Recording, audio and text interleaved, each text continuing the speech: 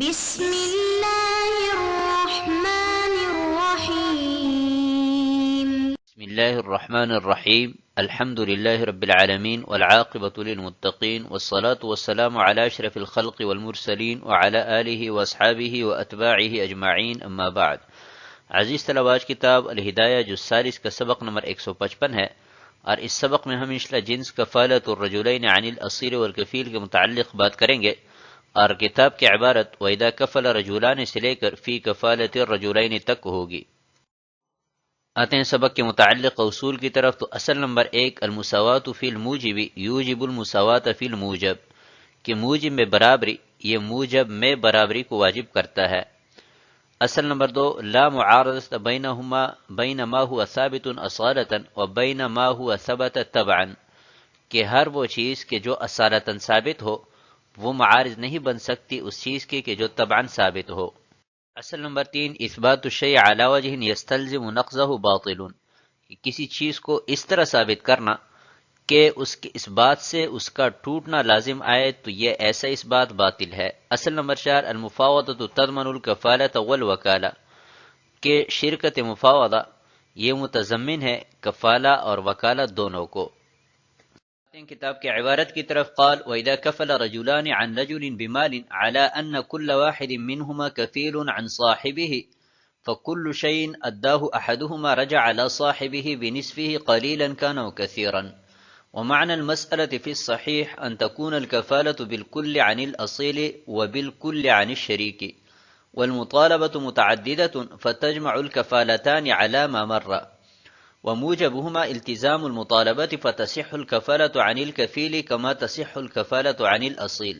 وكما تصح الحوالة من المحتال عليه، وإذا عرف هذا فما أداه أحدهما وقع شائعا عنهما، اذ الکل کفالۃ فلا ترجیح للبعض علی البعض۔ اور اگر دو آدمی ایک آدمی کی طرف سے مال کے کفیل بنے اس شرط پر کہ ان دونوں میں سے ہر ایک دوسرے کا کفیل ہے، تو ہر وہ چیز جو ان دونوں میں سے ایک ادا کرے گا اس کے نصف پر اپنے شریک پر رجوع کرے گا، چاہے وہ کم ہو یا زیادہ۔ اور صحیح قول کے مطابق مسئلے کا معنی یہ ہے کہ اصیل کی طرف سے بھی کل مال کا کفالہ ہو اور شریک کی طرف سے بھی کل مال کا کفالہ ہو، اور مطالبہ متعدد ہو، پس دو کفالہ جمع ہوں گے جیسا کہ پہلے گزر چکا، اور دونوں کفالوں کا موجب مطالبہ کو لازم کرنا ہے، پس کفیل کی طرف سے کفالہ درست ہے جیسا کہ اصیل کی طرف سے درست ہے، اور جیسا کہ محتال علیہ کی طرف سے حوالہ درست ہے۔ اور جب یہ معلوم ہوا تو ان دونوں میں سے ایک جو بھی ادا کرے گا وہ دونوں کی طرف سے مشاع طور پر واقع ہوگا، کیونکہ کل کفالہ ہے، پس بعض کو بعض پر ترجیح نہیں ہوگی۔ وَإِذَا كَفَلَ رَجُلَانِ عَنْ رَجُلٍ بِمَالٍ، اس عبارت میں مسئلہ بیان کیا گیا ہے کہ دو شخص ایک آدمی کی طرف سے مال کے اس شرط پر کفیل بنے کہ ان دونوں میں سے ہر ایک دوسرے کا کفیل ہے، تو پس ان دو کفیلوں میں سے ایک جو بھی کوئی ادائیگی کرے گا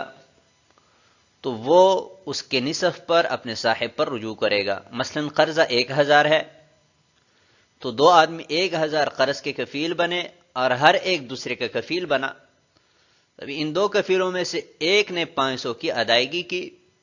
اپنے دوسرے صاحب دوسرے کفیل پر 250 روپے پر رجوع کر لے گا، 250 اس سے واپس وصول کر لے گا۔ ومعنى المسألة في الصحيح، صاحب ہدایہ فرماتے ہیں کہ صحیح قول کے مطابق متن میں ذکر کردہ مسئلے کا معنی یہ ہے کہ دونوں اصیل کی طرف سے کل مال کے کفیل بن جائیں، اور پھر ان دونوں میں سے ہر ایک کفیل دوسرے کے لیے کل مال کا کفیل بنے، کہ یعنی اگر یہ ادا نہیں کرے گا تو میں اس کا ضامن ہوں، کل روپے میں ادا کروں گا۔ والمطالبة متعددة فتجمع الكفالتان، یعنی اس عقد میں دو عقود کفالہ جمع کیے گئے ہیں،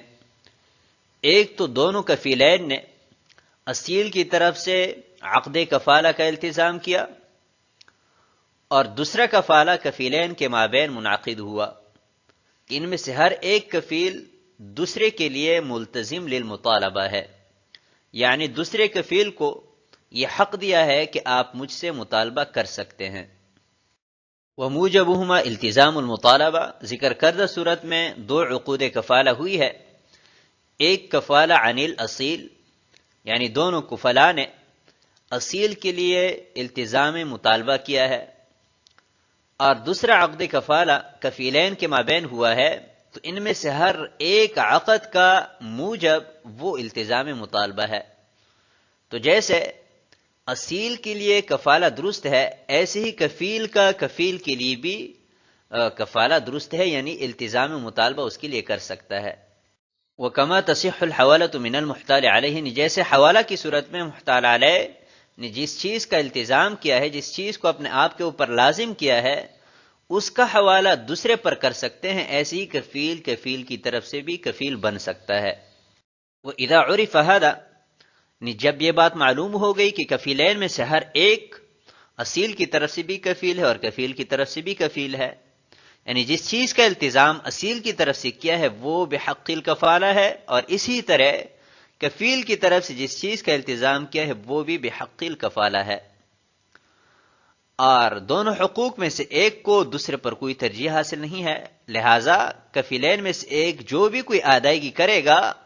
وہ دونوں حقوق میں مشاع طور پر تقسیم ہوگا۔ مثلا ایک کفیل نے 500 ادا کیے تو 500 میں سے 250 بحق الکفالہ عن الاصیل شمار ہوں گے اور 250 بحق الکفالہ عن الکفیل شمار ہوں گے، اور مکفول عنہ کی طرف سے کفیل جو ادائیگی کرتا ہے تو بعد الادا اس پر رجوع کرتا ہے، لہذا کفیل کی طرف سے کفیل نے جو ادائیگی کی ہے تو ادائیگی کے بعد اس پر رجوع کا حق حاصل ہوگا، یعنی 250 اس سے اصول کرے گا۔ آتے ہیں اگلی عبارت کی طرف، بخلاف ما تقدم فيرجع على شريكه بنصفه ولا يؤدي إلى الدور لأن قضيته الاستواء وقد حصل برجوع أحدهما بنصف ما أدى فلا تنتقض المساواة برجوع الآخر عليه بخلاف ما تقدم، ثم يرجعان على الأصيل لأنهما أديا عنه أحدهما بنفسه والآخر بنائبه، قال وإن شاء رجع بالجميع على المكفول عنه لأنه كفل بجميع المال عنه بأمره۔ برخلاف گزری ہوئی صورت کے پس وہ اپنے شریک پر نصف پر رجوع کرے گا اور دور کا موجب نہیں بنے گا، کیونکہ اس کا تقاضا برابری ہے، اور برابری ادا کردہ کے نصف پر ایک کے رجوع سے حاصل ہوئی تو دوسرے کو رجوع کا حق دے کر برابری ختم نہیں کی جائے گی، برخلاف گزشتہ صورت کے پھر دونوں اصیل پر رجوع کریں گے، اس لیے کہ ایک نے اصیل کی طرف سے خود ادا کیے اور دوسرے نے نائب کے ذریعے ادا کیے ہیں، اور اگر چاہے ادا کیے ہوئے کل مال پر مکفول عنہ پر رجوع کرے، کیونکہ وہ مکفول عنہ کی طرف سے اس کے حکم سے مال کا کفیل بنا ہے۔ بخلاف ما تقدم، برخلاف اس صورت کے جو اس سے پہلے تھی کہ وہاں پر نصف میں التزام بحق الاصالہ تھا اور نصف میں التزام بحق الکفالہ تھا، جس کی وجہ سے تسلسل لازم آ رہا تھا، اس وجہ سے وہ صورت باطل تھی، اور یہاں پر التزام دونوں جہات سے بحق الکفالہ ہے تو تسلسل لازم نہیں آئے گا، لہٰذا یہ صورت درست ہے۔ لأن قضیتہ الاستواء، اس عبارت کا مطلب یہ ہے کہ دونوں پر وجوب جو ہے چونکہ وہ بحق الکفالہ ہے تو بحق الکفالہ وجوب کا مقتضا یہ ہے کہ دونوں ادائیگی میں برابر ہو، اور برابری قائم رکھنے کے لیے ضروری ہے کہ کل ادائیگی کے بعد ادا کرنے والا دوسرے پر نصف پر رجوع کر کے معاملہ ختم کریں۔ مثلا 1000 قرض کے دونوں کفیل ہوئے اور پھر کفیلین میں سے ہر ایک دوسرے کے لیے کفیل بنا، پھر کفیل اول نے 1000 ادا کر دیے تو وہ کفیل ثانی پر 500 پر رجوع کرے گا اور بس، کیونکہ دونوں برابر ہوئے، ایک نے بھی 500 ادا کی اور دوسرے نے بھی 500 ادا کیے۔ اب اگر کفیل ثانی کو کفیل اول پر 200 جو کہ 500 کا نصف ہے کہ رجوع کا حق دیا جائے تو برابری نہیں رہے گی، کیونکہ کفیل اول 750 کا مؤدی بن جائے گا اور کفیل ثانی صرف 250 کا، اور وجوب بحق الکفالہ کا جو مقتضا ہے یعنی برابری وہ فوت ہو جائے گا۔ ثم یرجعان علی الاصیل، پھر اس معاملہ کے بعد یعنی جب کفیل اول نے 1000 ادا کر دیے اور پھر 500 پر کفیل ثانی پر رجوع کیا تو ابھی دونوں اصیل پر رجوع کر لیں گے، کیونکہ ایک نے خود 500 اس کی طرف سے ادا کیے ہیں اور کفیل ثانی نے نائب کے واسطے سے 500 ادا کیے ہیں۔ تو جب کفالہ بالامر ہو، ادائیگی کے بعد کفیل کو مکفول عنہ پر رجوع کا حق حاصل ہوتا ہے۔ وَإِنْ شَاءَ رَجَعَ بِالْجَمِيعِ عَلَى الْمَكْفُولِ عَنْهُ، پہلے یہ بیان کیا تھا کہ کفیل اول نے جب ادائیگی کی تو کفیل ثانی پر رجوع کر لے گا، تو یہاں پر فرماتے ہیں کہ کفیل اول کو یہ بھی حق حاصل ہے کہ 1000 کی ادائیگی کے بعد وہ مکفول عنہ پر رجوع کرے، کفیل ثانی کی طرف التفات نہ کریں، کیونکہ کفیل اول بھی کل مال کا مکفول عنہ کے امر سے کفیل بنا ہے، لہذا جب اس نے کل ادائیگی کی تو کل ادائیگی کے بعد اس کو مکفول عنہ پر رجوع کا حق حاصل ہوگا۔ آتے ہیں اگلی عبارت اور ترجمہ کی طرف۔ قال وَإِذَا أَبْرَى رَبُّ الْمَالِ أَحَدَهُمَا أَخَذَ الْآخَرَ بِالْجَمِيعِ لِأَنَّ إِبْرَاءَ الْكَفِيلِ لَا يُوجِبُ بَرَاءَةَ الْأَصِيلِ فَبَقِيَ الْمَالُ كُلُّهُ عَلَى الْأَصِيلِ وَالْآخَرُ كَفِيلٌ عَنْهُ بِكُلِّهِ عَلَى مَا بَيَّنَّاهُ وَلِهَذَا يَأْخُذُهُ بِهِ۔ قال وَإِذَا افترق المتفاوضان فلأصحاب الديون أن يأخذوا أيهما شاءوا بجميع الديون لأن كل واحد منهما كفيل عن صاحبه على ما عرف في الشركة۔ اور اگر رب المال نے ان دونوں میں سے ایک کو بری کر دیا تو دوسرے سے کل مال لے سکتا ہے، اس لیے کہ کفیل کو بری کرنا اصیل کے بری کرنے کو واجب نہیں کرتا، لہذا اصیل پر کل مال باقی ہے اور دوسرا کل مال پر اس کی طرف سے کفیل ہے، جیسا کہ ہم نے بیان کیا، اور یہی وجہ ہے کہ مکفول لہو کفیل کی اس پر اخذ کر سکتا ہے۔ اور جب متفاوضین جدا ہو جائے تو قرض خواہوں کو یہ حق حاصل ہے کہ ان دونوں میں سے جس سے چاہیں کل دین اصول کریں، اس لیے کہ ان دونوں میں سے ہر ایک اپنے صاحب کا کفیل ہے، جیسا کہ کتاب الشرکہ میں معلوم ہو چکا ہے۔ وَإِذَا أَبْرَأَ رَبُّ الْمَالِ أَحَدَهُمَا، اس عبارت میں مسئلہ بیان کیا گیا ہے کہ ایک شخص کی طرف سے 2 آدمی کفیل بنے اور کفیلین میں سے ہر ایک دوسرے کا کفیل بنا، تو رب المال نے کفیلین میں سے ایک کو آزاد کر دیا، بری کر دیا، تو ابھی رب المال کو یہ حق حاصل ہے